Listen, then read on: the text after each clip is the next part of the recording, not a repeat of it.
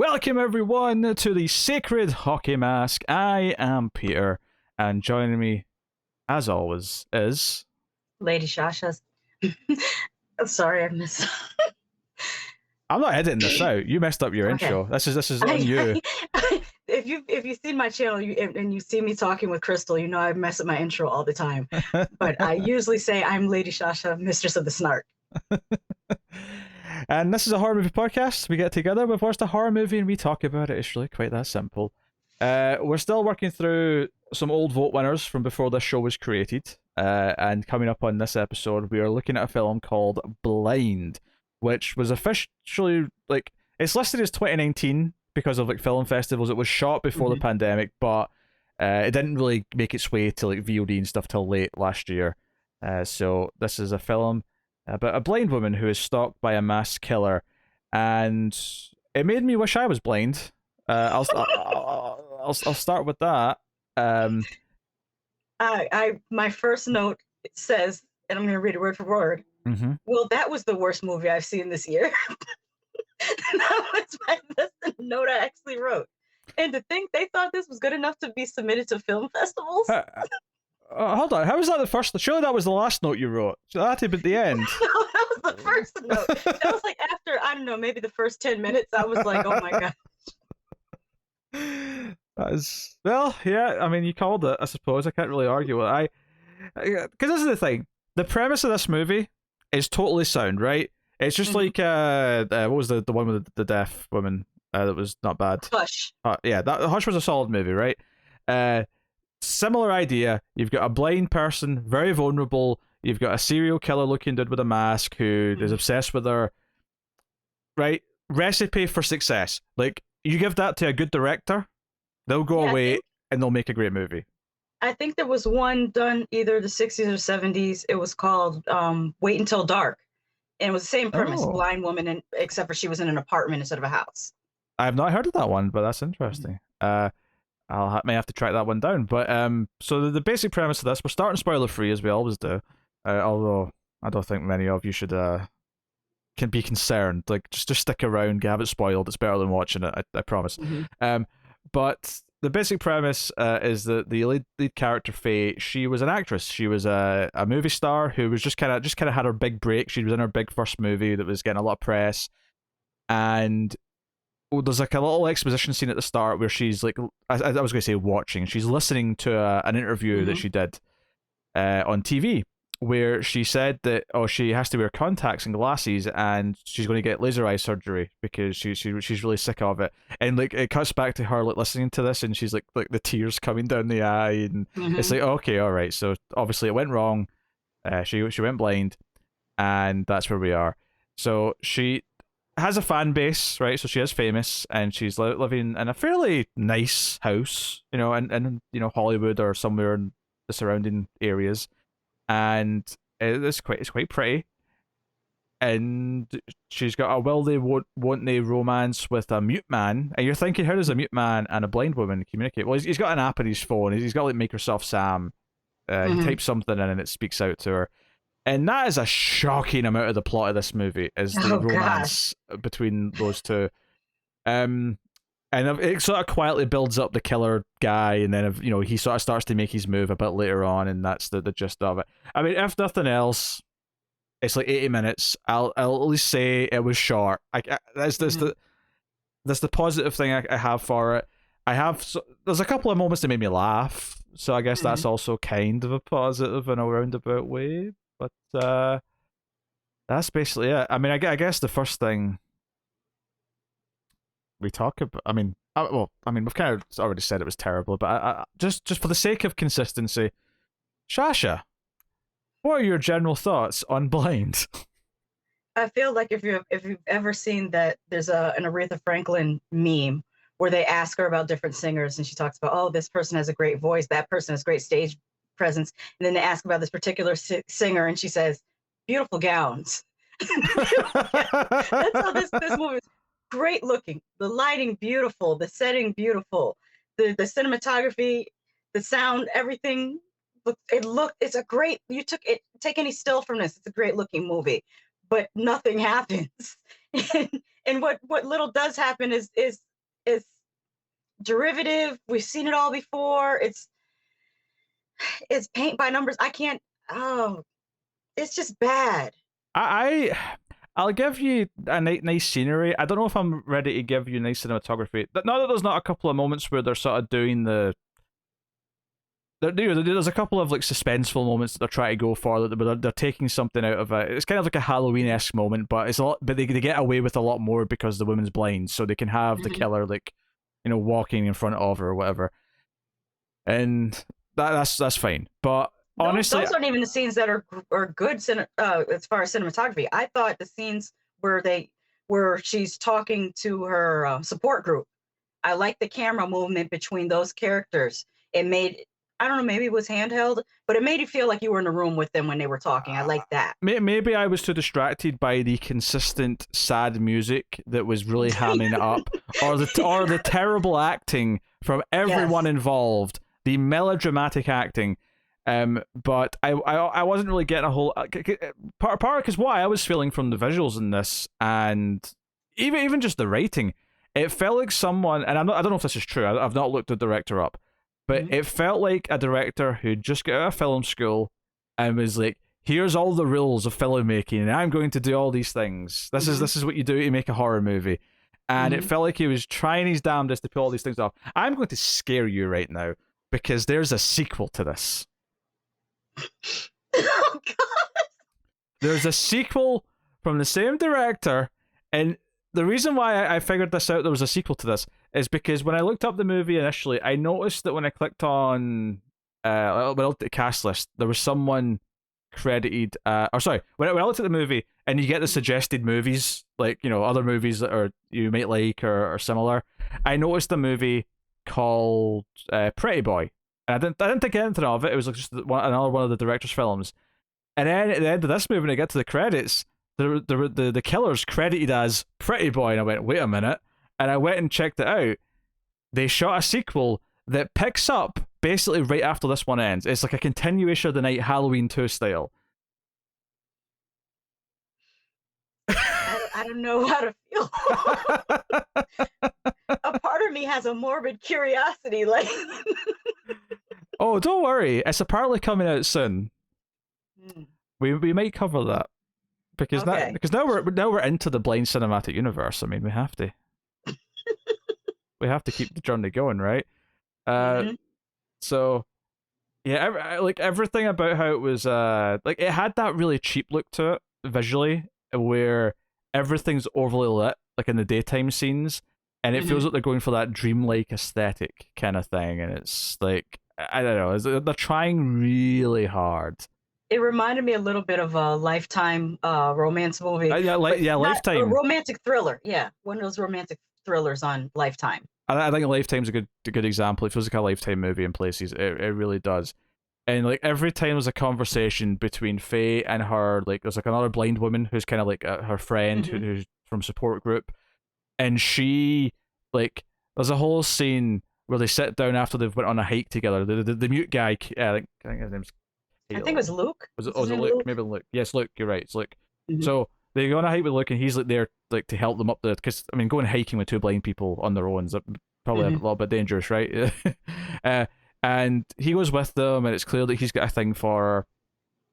There's a, dare I say, a nice moment almost where she says something to him in a sort of goodbye way, and he goes to type a response into his phone, but she just shuts the door because she doesn't know that he's typing a response. She doesn't realize he's Hmm. got more to say. She just thinks she said bye and that's it. And he sort of stands there really sad because the door's Hmm. been shut in his face. And I'm like, okay, there was kind of an idea there. There was an idea there about this miscommunication. But there's a scene where it's them together, it's the two women together. It's Faye and her friend Sophia, and they're sitting and they're both like pretending to be blind. I mean, the other woman might actually be blind. I don't know. Probably not though. But they're sitting there, and she's like, "Something's on your mind. I can tell." And the piano music's still going, like it Hmm. never shuts up. It's just Yes. feels sad, feels sympathy for this woman. And I'm like, I don't know. The more this movie goes on, the more I'm hoping she accidentally steps off the side of her hillside house and goes down the hill into a bush or There's something. What's even worse than that is, I mean, I I risk sounding ableist, but when they have the character that is mute have long lines of dialogue that's all computer voice. Like at one point he gave a whole speech. I was just, I feel like such a horrible person saying this, but I no, I would not have had. I don't know whether I would have written that way. I mean, it kind of has to have an audio way of doing it though, because he's talking Hmm. to a blind woman. He can't just because the way because if he was with other characters who weren't blind, he would maybe just have like Hmm. a little board that he'd write on quickly, and that would be Yeah. a like because that would be silent. It would have a bit more gravitas to it. But having this Hmm. Microsoft Sam voice just kind of makes it feel a bit goofy in Hmm. places. Uh, but I mean that's the least of this movie's problems. So I like so they go to a support group right early on in the film, right? You know what? Spoilers. Screw it. We're in Yes. spoilers, right? No one cares, right? We're in spoilers. They go to a support group. Before I even get to anything they talk about a support group, I have to talk about there's a cameo here from an actor that I Oh, I recognized. know who you're gonna say. The Greasy Greasy Strangler Strangler. is in And they this had scene. him say bullshit. Yeah. He's basically playing the same. It's almost like the Greasy Strangler's a support group Hmm. for his greasy killing addiction. And one another funny thing that happened in the support group, it's supposed to be a support group for, I think, mostly blind people. During the course of Luke's speech, he says, "Look at so and so. She's the one. How are they gonna look at?" The, there's an intentional thing like that later, actually, when he's talking to Sophia, and he says like, "Oh, I really like Faye, but I don't know how to say it." And she sort of starts Hmm. to say, "She's like, don't say it, like, shut up." Hmm. like, oh, yeah, okay, okay. I was almost sweet. That was almost a sweet joke. But Hmm. anyway, so this support group, he does the thing that we've all heard this before, right? The idea that when you lose your eyesight, your other senses like get a bit better, like they accommodate a Hmm. little bit, right? And notably, in terms of superheroes, the premise of Daredevil is that his hearing turns into like radar, like Hmm. detection. Right? There's a scene in this movie that's just kind of on its own where she goes hiking on her own up the hills a bit, and she stands there and listens. And Joe, it's like a scene in a Superman movie where he first gets his Hmm. super hearing and it hurts, so he can't handle it, and he's kind of holding his ears, and that's what she does. It's like she's got super hearing, which, for the Yeah. record, never comes into play the whole movie. Like, there's scenes in this movie where the killer's standing right in front of her and tiptoe. Like, this guy is so stealthy. He's like going around so quietly, and he's like right in front of her, and she can't hear him. Don't tell her she's got super hearing earlier in the film Hmm. if you're going to then make her hearing worse than everyone else's the rest of the movie. Simple. Consistency. It's all I ask. If nothing else, be consistent. Can we talk about the would-be stalker? Like his introduction, he's like poking the eye out of a doll, and Oh, he it's cliche. It's paints so its face and dresses it up and wraps it in Christmas it, lights. Like, it, what are it, you doing? it's so cliche. There's like heart balloons around. He's got like a little dinner Hmm. table set out. We don't see him right away. It's not because he kills Sophia, right? So like after she's had a couple of scenes with Faye, she's waiting at like the bus stop or something, and he comes up and we only see his feet, and then she wakes Hmm. up in his like I don't know party room, I guess, and she's sort of like feeling around and she's like asking for help and she's like feeling the lights in the walls and she's sort of going down. And then he like eventually comes out of a curtain, and this is where we get the reveal of the mask, right? Which is not a surprise because it's on the poster. You know what he looks like in terms of a killer. This kind of like it's not quite a cherub mask, but it's kind of in that vein, right? Hmm. You've got that kind of like sort of porcelain, blonde curly hair, rosy red cheeks, kind of vibe. So like halfway in between the mask from Valentine and Hmm. a male version of the female mask in The Strangers.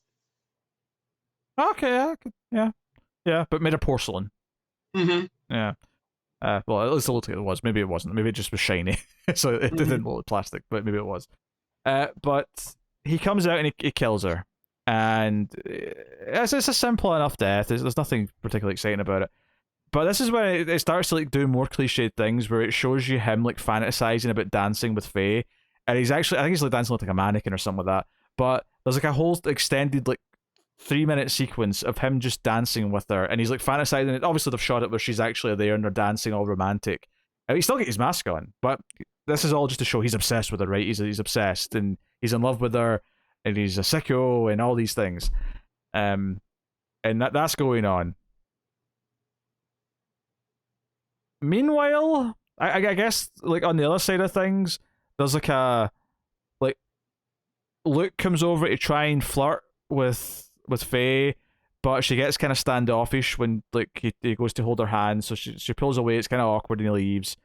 And the character arc, which this movie's, I mean, I do the air quotes because it's not good at it, but it is technically there, and that it's about her accepting that this is her life now, and she has to still be happy. She still has to move on and like pursue things and whatever her new life's going to be.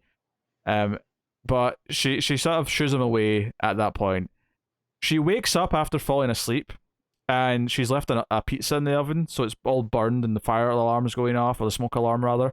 And I'm like, yeah, this is actually really dangerous. If you're blind, you really can't be leaving things in the oven. That just seems like a really bad. Because like, I mean, I suppose you could tell when you're getting close to fire, it'd be getting quite hot, but like, you know, it just seemed dangerous. So she orders some food, and we get this. I'm convinced this is just here so we can have another random kill because there's not enough kills in the movie. So we get the sushi delivery driver who recognizes her and then stupidly asks her why she wasn't in the sequel to the movie that he liked. And she's like, "Oh, we're retired." And he realizes she's blind, so he decides to sneak around to the patio doors and sneaks in her bedroom and starts sniffing her underwear and all that. And it's like, oh, she can't see him, so he can get away with all this. And the killer kills it. It feels like it's just there so we can have another kill. That's the only reason why it's here. And then the killer comes in, sort of stalks around quietly, stares at her. She puts on some music and dances herself at one point, and he's sort of like walking around her, and it's like he's fantasizing about the dancing again. All these things, and then she goes for a shower, and then she like actually is suspicious because she thinks someone's taken her dress, so she thinks someone's been in the apartment or the house. So she calls the police. The policeman, to his credit, is actually quite considerate to her predicament. He seems nice enough. He offers to check the house again, even though he's not found anything. But I want to make this clear. Like, there's not been a lot of plot that I have described so far, but we're at like an hour into the movie at this point. This has been an hour to get to this point, right? Because there's so many scenes where she's sitting there just sort of thinking or looking off, and pardon the word looking, but you know, just kind of yeah, you know, and the trance, like, and the deep in thought and things like that. So there's a lot of that, but the worst example of that's yet to come. There's actually it's kind of obvious it's going to happen, but so the one good little moment is she makes a choice. She phones Luke to apologize for kind of like making it awkward earlier, and she's like, you've been a good friend, but you know what? No, I don't want to say that. I want to move on. I know it's late. It's like 3 a.m, but can you come over here? Can you come over here right now? And she's making this big move, and Luke, bless him, bless his heart, he comes over there with his Jesus hair, and he puts on this. It's a booty call. Yeah, he puts on this set. Morning. That's a booty call. It is. But he's got a big crush on her. He's all excited, and they do the little switcheroo here where she gets all dressed. Although, did you think it was weird that a blind woman who's like setting up a seduction kind of like scenario puts candles all the way down the hallway in either side? Yes, I was wondering who put up all these candles, but all through the movie, I've been wondering who does her makeup. This lady has on eyeliner and mascara every day. How do you do that without being able to see? I'm trying to find out. I will accept. I will suspend my disbelief and accept that at least to some degree, women who are blind who want to put on makeup will learn to do at least some of it. Right? Maybe not all of it. Like, maybe it's a bit far fetched how much she has on, but right. But she's literally done like rose petals down the hallway, and she's got rows of candles like going down the sides of the hall. And all I could think was, should you really be lighting like 24 candles and leaving them? Like, I don't know. This just seems like a bad idea to me. Yeah. Poor life choice, Faye. Poor life choice. So anyway, she's been sad and mopey the whole movie. Which, not that I'm saying that someone who becomes blind shouldn't be sad about it. Obviously, it's a lot to go through. But Also, the movie starts with her with these super long scissors cutting, the roses, which those are not paring shears. Don't use scissors to cut flowers. They never come back up. I thought, oh, they're gonna come back into play later in the movie, oh or yeah, she's gonna use them to save herself. No. that was during the 5 minutes in our 80-minute movie. We had a 5 minute really stretched out opening title sequence that Hmm. did all the credits came up a second time in braille, which I Hmm. get the intent, but it was just the way they knew the movie was too short, so many of these scenes are really long and so Hmm. many like elements feel stretched out. But we get this big moment where she goes to open the door, she's put on more makeup, she's got a nice dress on, she opens it, she says hi Luke, and he doesn't say anything. She's like, no, don't say anything, just come in. And of course, when the door opens further and in walks the killer, and his white suit is all covered in blood, and we get a quick shot of Luke outside dead, so we know that he's killed him for sure. I'm like, okay, this was, you know what? This entire movie might be based on this moment where she opens the door thinking it's the guy she likes, and it's Hmm. actually him. But because he doesn't speak, it can play out for a while before she realizes, and technically she only really gets a hint that it's not him at the very last second of the movie, because Hmm. we're almost at the end, but not before the longest Yeah. monologue in the history of cinema, where I thought she finished. She's given this melodramatic monologue about being blind, about her love of cinema, and how all she wanted was to see herself in the big screen. And I thought she finished her point. And the sad Mm. piano music from earlier is still going, by the way. It keeps coming back. And then she starts up again. And she has like three monologues, like back to back, Mhm. but just a bit of a pause in between each one. And but ultimately by the end, it's like, I don't want you to lead me.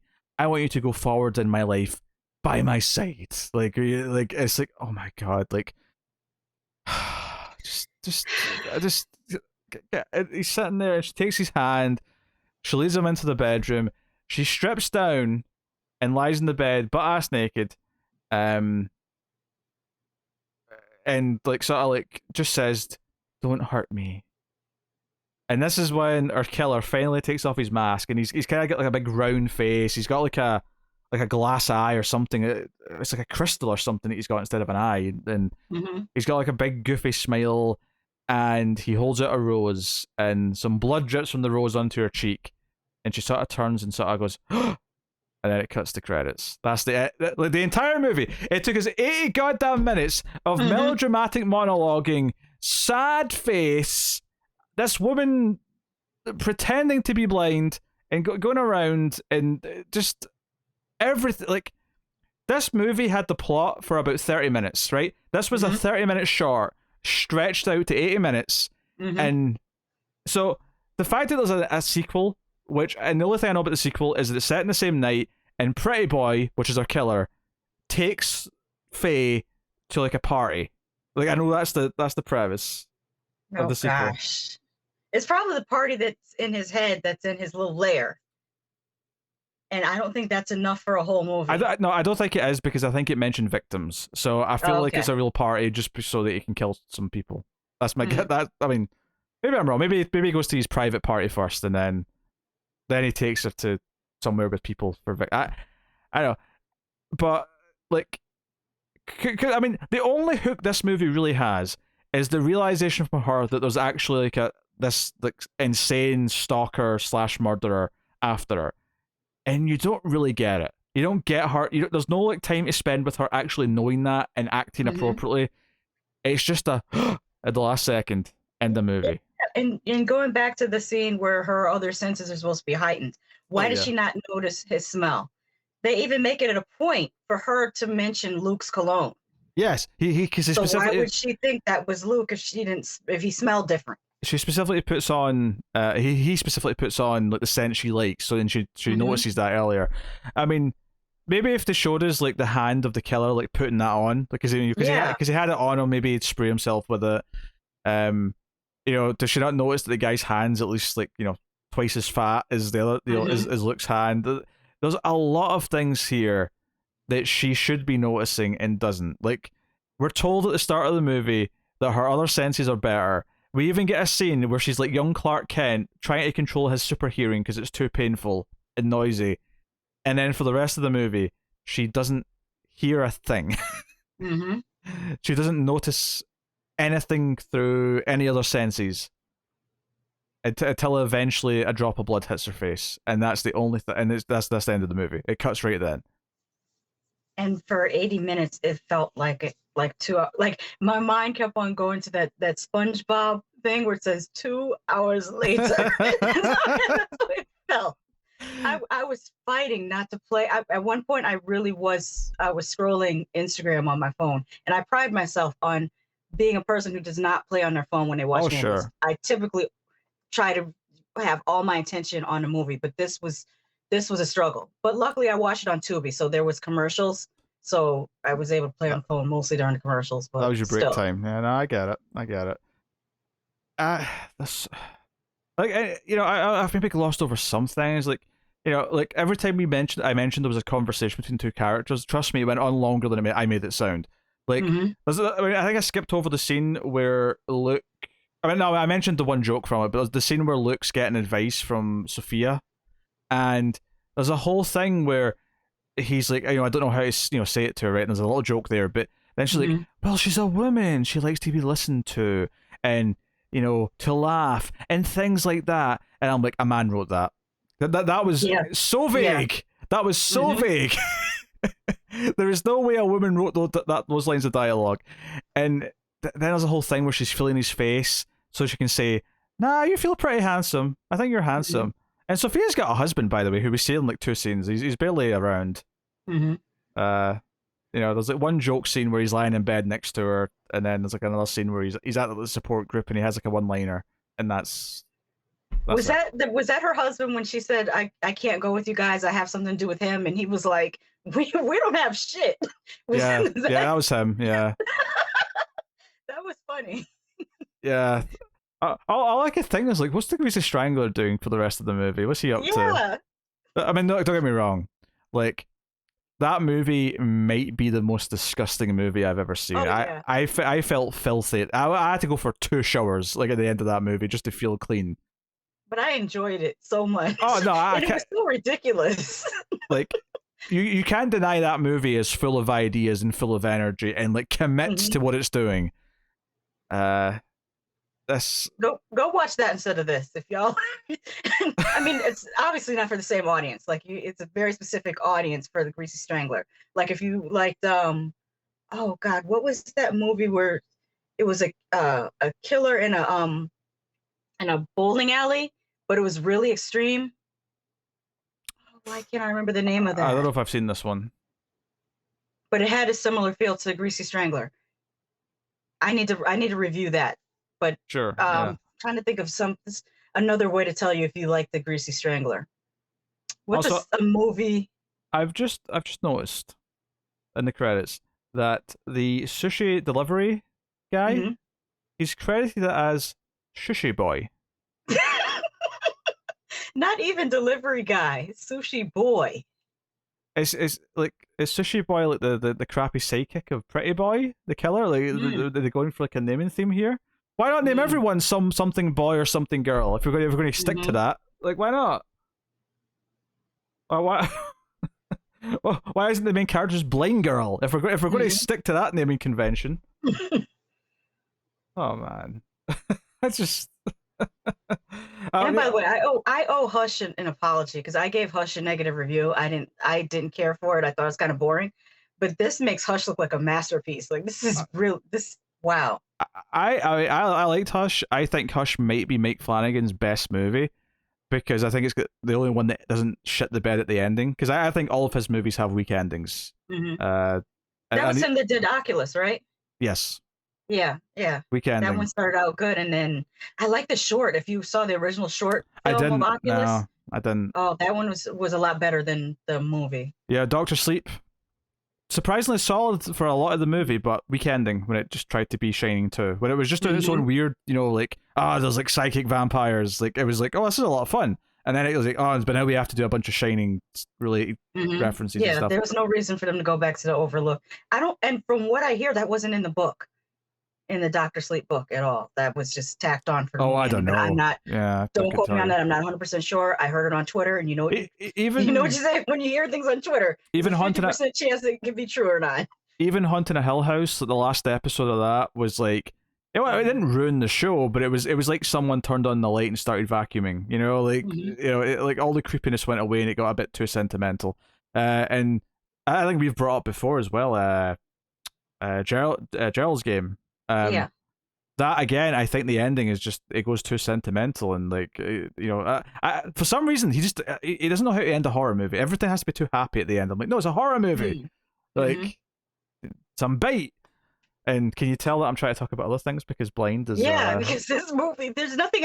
We ran out of stuff to talk about. There's nothing else to even make fun of. This is going to be a very short review because there isn't much to say about this. I'm trying to think of like scenes that we've skipped over or like.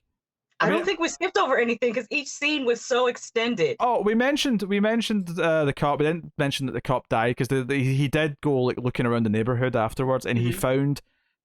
Actually, this was never clear to me exactly where this was. It's like a maintenance place. Like the Pretty Boy's lair is in like a place that's actually connected to her house. It's like the pool boy's little like hut or something that's connected. So he actually has access to her house, which. I don't know. I don't think they clearly defined what this place actually was. Like what I like when they revealed that it was connected, that it was like sort of like a basement entrance that came up to it. I was like, where is this? Like, what is this place exactly? What is the purpose of this building? Why is it here? The only thing I could think of is if it's one of those planned communities. Like in America, there's some planned communities where there's a neighborhood pool, and it's just in that neighborhood, and all the houses are built around it, and it'll have like a maintenance room. That's the only thing I could think of.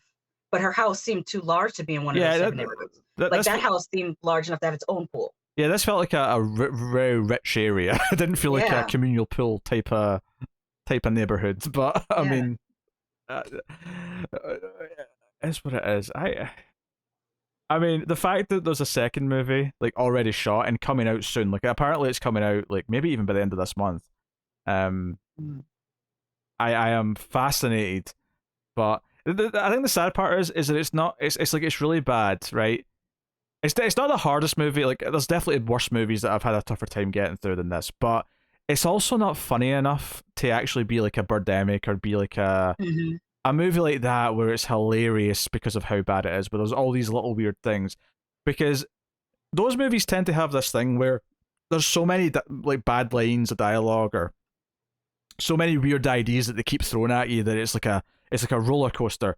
This is kind of like a more safe version of a bad movie where it just draws out every plot beat and every idea it has. And don't get me wrong, I want to make this very clear. I love a nice slow burn horror movie. I like a slow paced film like a Halloween where it does bask on the killer standing in the background or it does like have the slow build.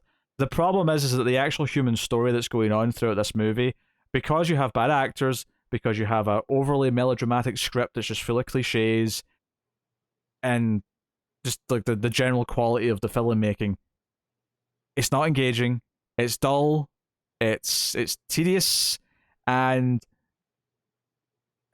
the music, I think you said Lifetime movie earlier, that's what the music kind of makes me think of, I think, is that type of quality, so... Yeah, I think I'm out. I think we're only 34 minutes into this, but I don't think I have anything else to say about Blind. I think I'm out of material.